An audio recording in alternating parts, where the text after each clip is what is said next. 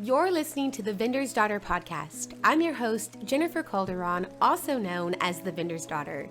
I started this podcast about 7 years into working at my family's business. At the time, and really ever since, I've been geeking out on two main topics: self-improvement and business growth and development. I firmly believe that the healthier we are, both mentally and physically, the better we show up for ourselves, our lives, and our businesses. So, on the show, we talk a lot about things like a positive mindset, why what you eat matters, why it's important to move your body, and how a gratitude practice can change your life. And because growing a business is my favorite topic ever, we also interview entrepreneurs from various fields so that they can share how they grew their business. Which means along the way, we'll also talk about things like email list, growing an Instagram, and knowing when it's time to hire your next employee. You guys, the only thing I might like to talk about more than business is coffee. I love coffee. So grab a fresh cup and listen in as we deep dive into all the things.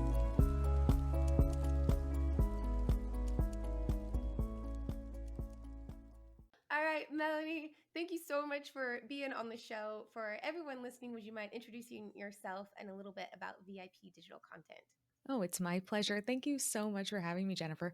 So, I'm Melanie Herschorn. My company is called VIP Digital Content, and we help business owners who are consultants, coaches, speakers, and they've written a book, and then they go, now what? What do I do? How do I market this? How do I grow my influence online? That's what we help them with. We help them with the content marketing strategy so they can become that authority in their field online and let everybody know so that they can fill their programs, sell their books, and speak on the stages they want to. I love that. And how did you? I have so many questions based on what you said, but before we get into it, how did you get into this field? What were you doing before VIP? Oh my goodness, what wasn't I doing? Okay, so we'll go back a really long time. And when I graduated college, I was like, I don't know what to do with a history degree. So a friend of mine was like, why don't you try public relations? You'll like that. I said, sounds good. So I moved to LA from Canada and I was walking red carpets with celebrities and doing all sorts of PR stuff. And it was really fun and really cool. And then I got really burned out really fast. Mm. And from there, I was like, well, I've always wanted to write. So why don't I be a journalist? It's not far off from doing PR. I got a master's in journalism and then I moved to Pennsylvania. I was on the radio, working in a newspaper. And then I moved to Phoenix after that and decided that I needed to design and manufacture breastfeeding clothing.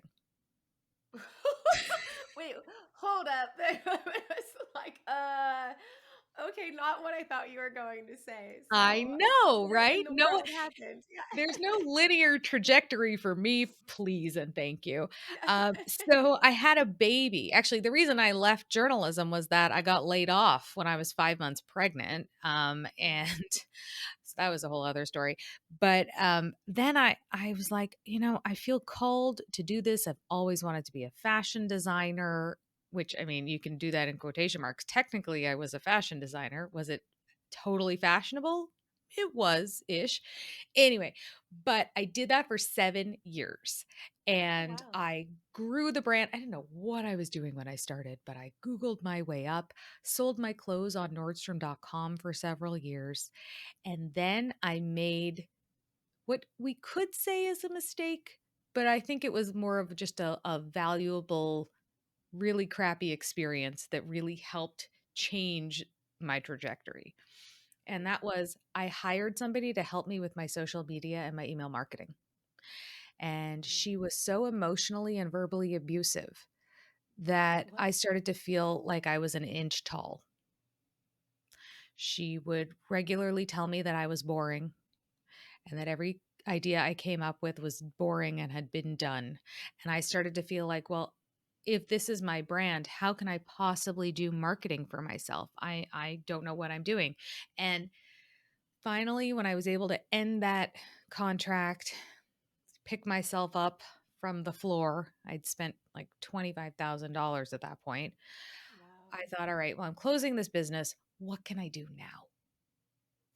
And so that what can I do now? The answer came in the form of helping other people with their marketing, being a cheerleader, being a support system, making sure that nobody ever feels as small as I was made to feel, empowering Yeah. them to put their every their mission and their message out into the world, and to know that they're doing it right and that they're going to stand in their power and have that authority that they've been desiring.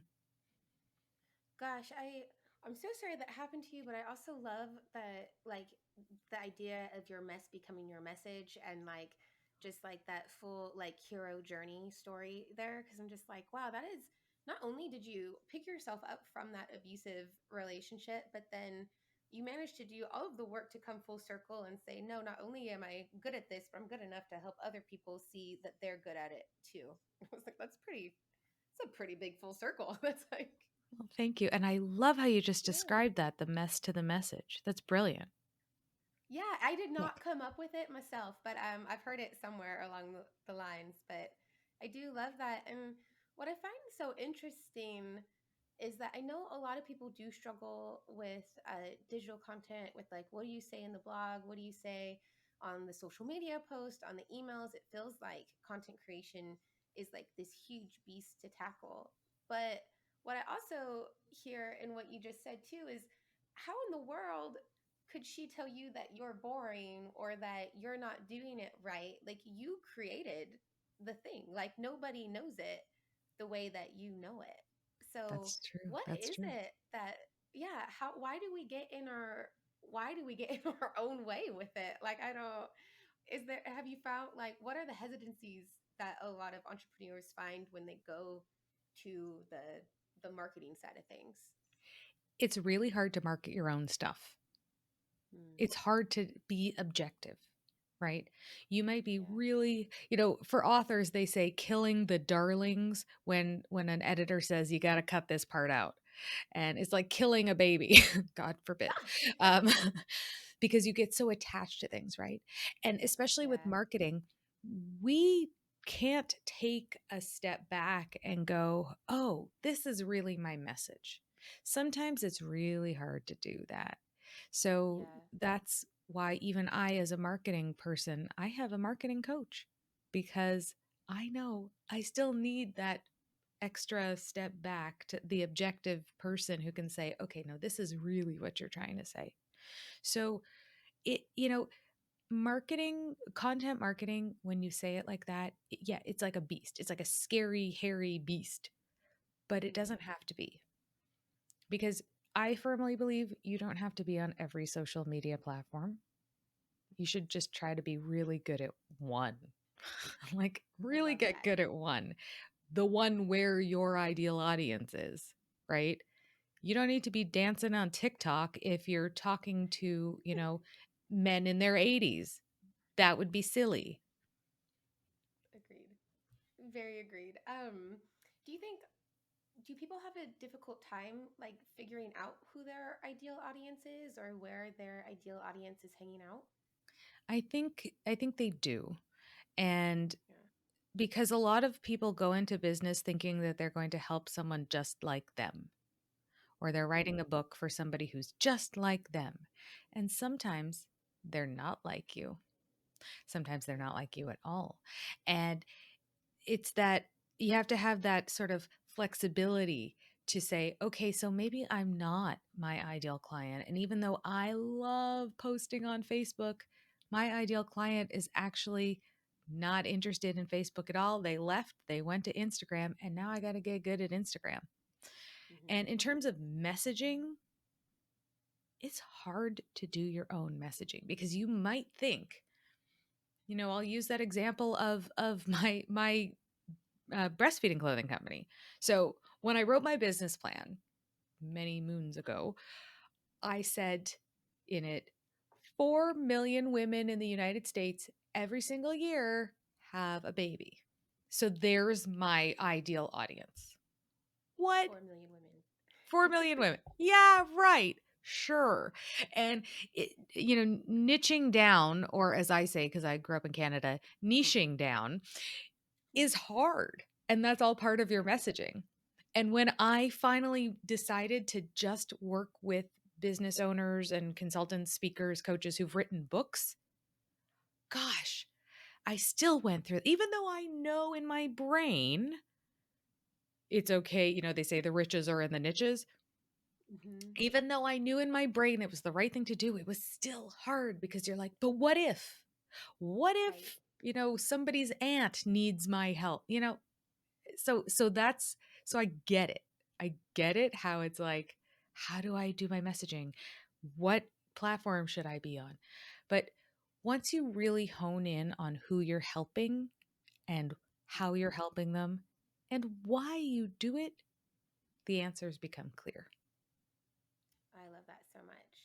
I love focusing on the why too. I think sometimes we get a little lost in that. I just went through like a rebrand for my family snack box, and having to figure out the why, or like the idea, like the exact audience. I was like, what do you mean exact? It's snacks, for God's sakes. Like everybody eats snacks. And she was like, okay, yes, but who are you selling to? It's like, people want snacks. And she's like, you don't do a marketing plan around people. It's like, oh, Best. That's the okay. best.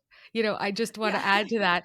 A while ago, I remember asking somebody who sold skincare, and I said, "Well, who's your ideal client?" And she said, "Everyone with skin."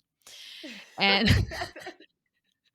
and I burst out laughing. Not it was online, so she didn't know I was laughing. But I Yeah. kept thinking, well, you're not going to be creating a marketing plan for a mom in her mid 20s the same as you are for a grandfather in his 70s. You can't. So it's just like you said, people eat snacks. Yes, but which Right. people? And Which and what people? right, which people? And what you said, when I work with my clients, the first thing that we work on is what their mission is. I cannot Mm. I mean, and so what is your mission? What's your snack mission? Gosh. Okay, great question. I need to think. I don't got it right away. Honestly, I don't think I have a succinct way of saying it, except for I really just wanted to make healthy, like better for you snacks readily available for women on the go. And so That's right. that was, So let's go a little bit deeper. Now I'm doing like yeah. a coach here, No, a this is coaching thing great. here. This is Okay. fun. This is. So let's I'm just gonna commandeer the podcast for my own services. Here we go. okay. So, So why? Why do you feel that women on the go need healthy snacks? I guess with myself, Mhm. recently I've been going through my own health journey and like realizing the effects that poor nutrition has had on my personal life.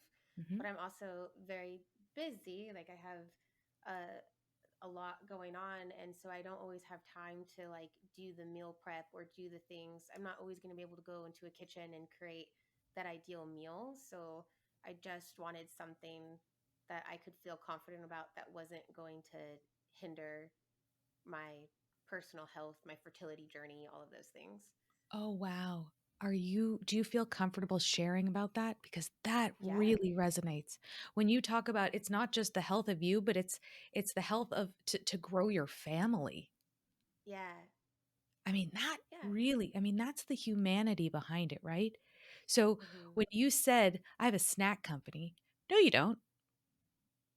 You have a company with a mission to help women have healthier lives so Mm. that can just weave beautifully, seamlessly into their lives to help them accomplish what they set out to do.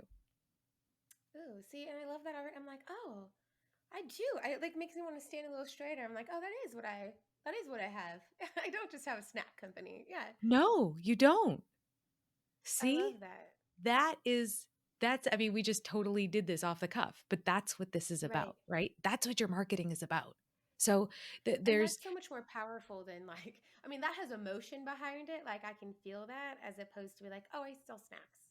Here's a snack. It's like, You're like, I sell snacks, like right. as somebody, as a mom of two, and one of the two is a snackaholic, and it's a constant struggle because he would pick Doritos, which he calls Juritos, which is a very Oh, funny that's thing. so cute. Um, That's funny. and like he would pick Doritos over, a bag of nuts any day of the week. Right.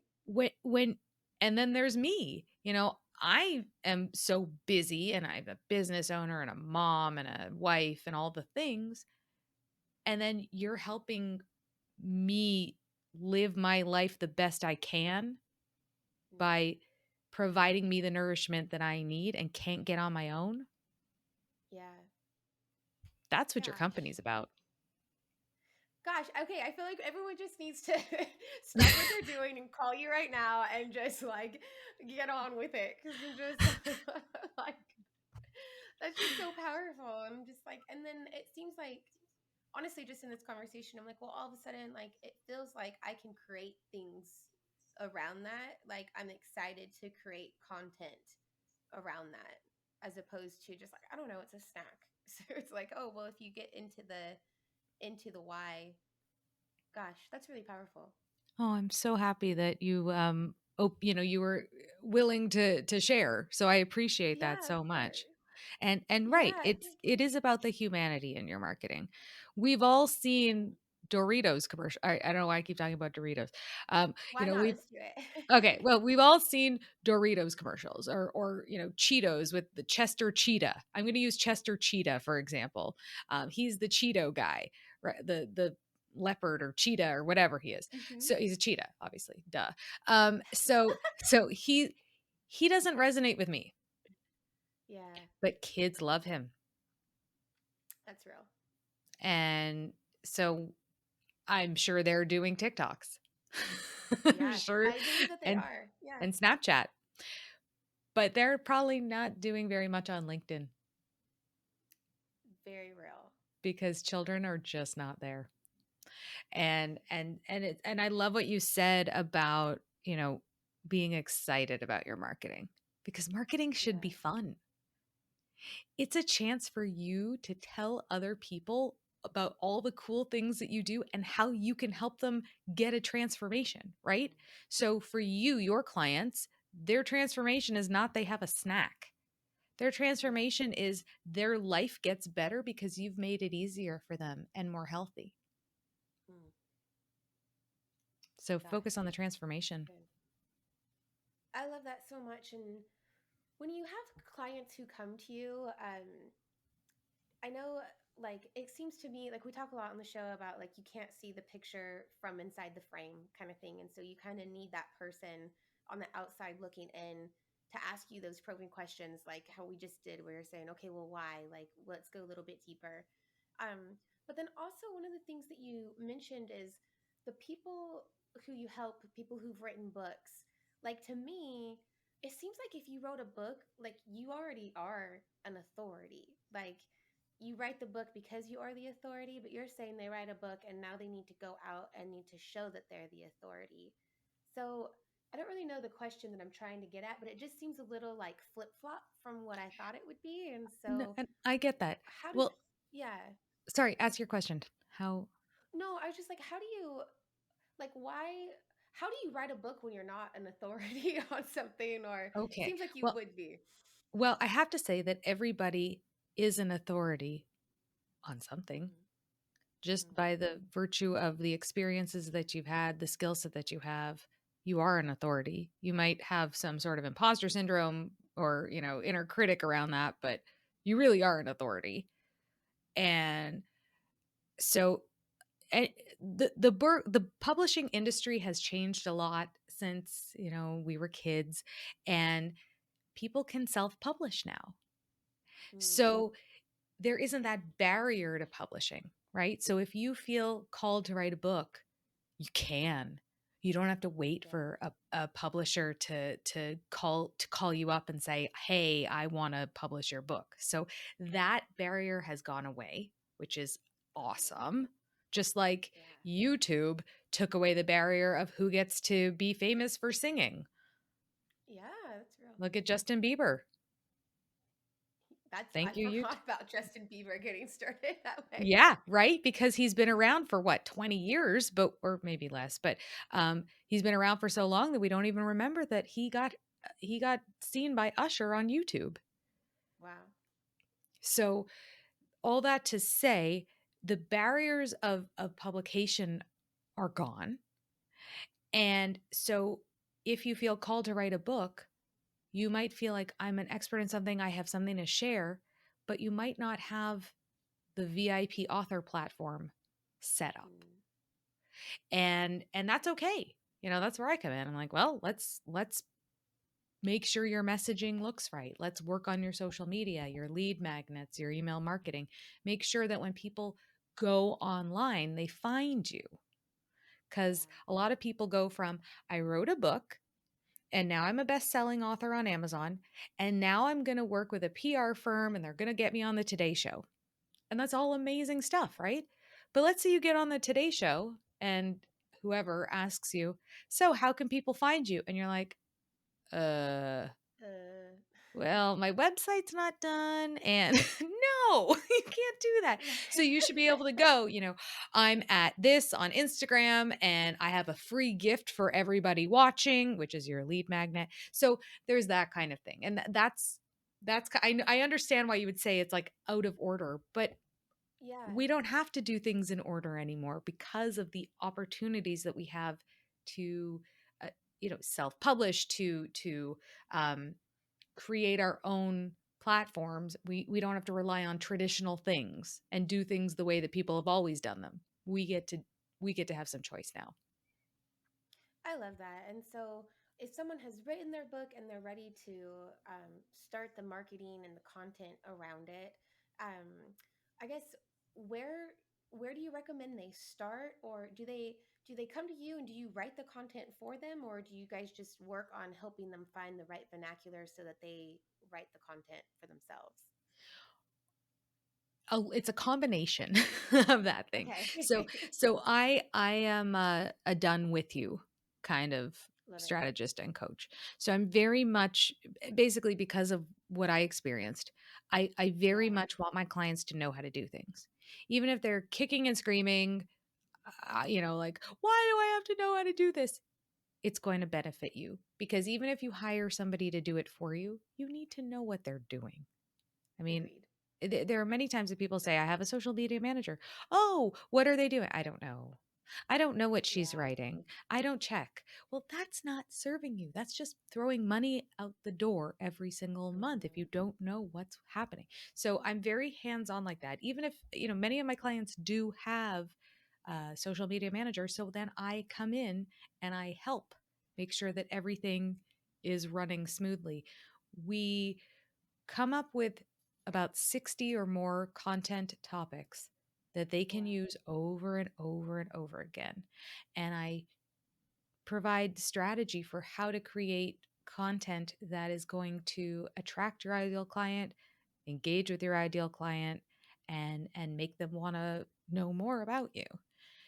So while I'm not sitting and writing out every caption, I do Yeah. supervise to make sure that captions are correct. Makes sense. I love that. 60 talking points seems like a lot, but also perfect. It gives you enough to like cycle through without overly like repeating yourself like over and over again. Right. So, And sometimes it's more. It depends yeah, on the topic, really. I mean, I truly believe the sky is the limit with content. that is so great. And if someone's like ready to start their content creating journey, and they don't really have anything right now, like they're not doing email marketing, they don't have a blog, they show up on Instagram, but maybe like once every like 2 weeks when they finally get a good picture they like or something. Where do you think is the most important place to start? Ooh, that's a good question. Well, I think the most important, in my opinion, would be to Yeah. build up your email list because you are basically parking your car on someone else's parking lot when you're using social media. You don't own your That's social a good media point. followers. And, when that fateful day in October 2021, when Instagram and Facebook went down, Oh my gosh. Ridiculous. right? Everybody went, ah, except for people like Freaked me who out. went, oh, this is why I have an email list. So I love I that. would say start growing your email list because these are going to be the people that are really interested in what it is you have to offer. And you own your email list. No one can take that away Right. from you.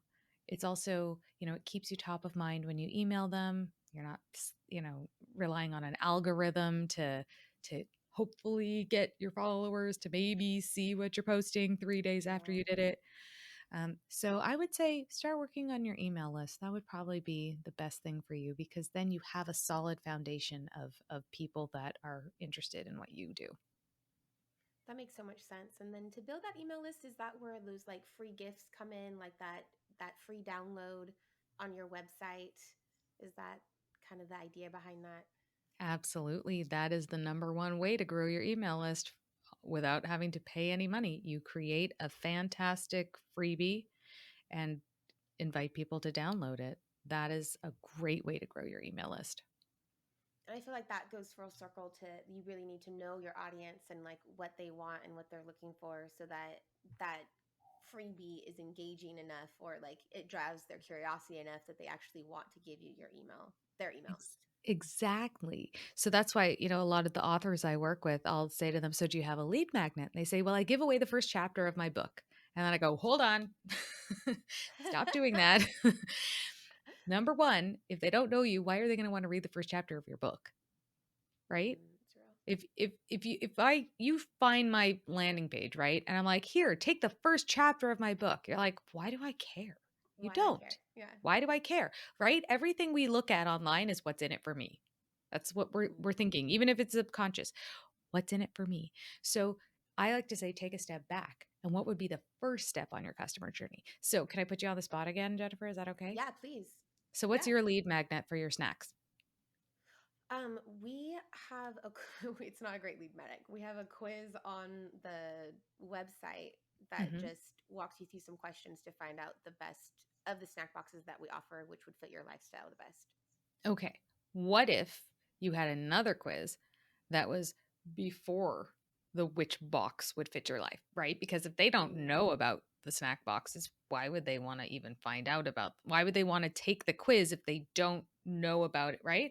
So, right. what if it was like, what's your snack personality? Ooh, that's What's your fun. snacking personality? Are you Okay. a Samantha? No. I love that though. Everyone knows what that is. Oh, the Sex and the City. I'm I'll gonna that take some notes. never gets tired. But think about that. Like, so it's about snacking, but it's not about your product or your service. And isn't it So, important that it's not about your product or your service? well, think about it. I have a snack company, Yeah. and you find my snack company. And the first thing I'm saying to you is, which box of Which do you my want to buy? snack stuff should you give me your credit card for? Yeah, What are you that thinking feels. at this point? I'm feeling like a little attacked or like, why are you forcing your box on me? Exactly. So, but what if you gave them a fun quiz about snacking and then they were That was like, really "Oh, all I about like this. them. This is fun." Yeah, that's all about them. Yeah, interesting. This is. I feel like I should be paying you for this interview right now, really. Oh my Well, goodness, you know what? I love Everybody has that. a zone of genius. I sit in mine. I love creating. I love coming up with marketing ideas. It makes me happy. I love that, and I love again about like making it like about them. It's not like, hey, look at me, come buy from me. Like this is something I want to give you this moment, whether it's just like a silly moment of fun or maybe shows you insight into yourself that you didn't know, something like that. And then if you're interested, then come back and see. So Right. And don't so even then wait in for the them to come back yeah. Oh, because you don't have a wait for them to welcome come back. sequence. Right, you have a welcome Got sequence. it. So Got then you start sending it. them emails. So now they're part of it, right? I Then you love can send that. them that And next quiz. Which box is that right is for you? super smart. And then I would also, based on the results of that personality quiz, I could probably guess what box is good for them anyway. So I could put them in a specific sales sequence for that box. Exactly. Gosh, Melanie, that's so good. It's mind blown for anybody out there who's just like, wow, I need a call with Melanie. I need this service. She did more for Jen in 30 minutes than my branding consultant or marketing consultant has done for me in like the last 2 years. Oh God. Where can they find you? Like, how do they work with you? If they've written a book and they're ready to get their message out in the world. Well, I would love to invite you to a strategy call. 45-minute complimentary strategy call. It's just at contentstrategycall.com. And my website is vipdigitalcontent.com. And I'm on all the socials as VIP Digital Content. So I'm very Hey visible. guys, thanks for You can listening find to me. today's I'm episode. also, as far as If I you know, the enjoyed only it, Melanie which I Herschorn hope you in did, the make entire sure you world. subscribe so that you never miss I'm there what's when you next. Google me. If you really enjoyed it, I'd be super grateful if you could leave Well, that's a review why on I have had iTunes an or argument anywhere for that you 14 and a listen. half years with And my if you husband. He's like, why are you not changing your really name? I'm like, enjoyed 'cause it, I'm then the I'd love only if one. you'd share it with a friend. Last but not least, make sure you're following us on Instagram at The Vendor's Daughter for a behind the scenes look That's a great at way my to put it. personal and professional life, and for what I hope is a little bit am. of daily inspiration as we walk this crazy journey together. Absolutely loved our time together. Is there anything you wanted to cover? Anything you wanted to say that like I didn't ask you? We can slice it back in and make it seamless. No, but I would love to offer your listeners a gift. I would absolutely love to give them a gift. Okay. So I have a free content calendar that can help them sort of organize their thoughts and start planning so that they don't feel so overwhelmed by the content marketing elephant in the room. And that's available always every year, updated at vipdigital.live/content calendar.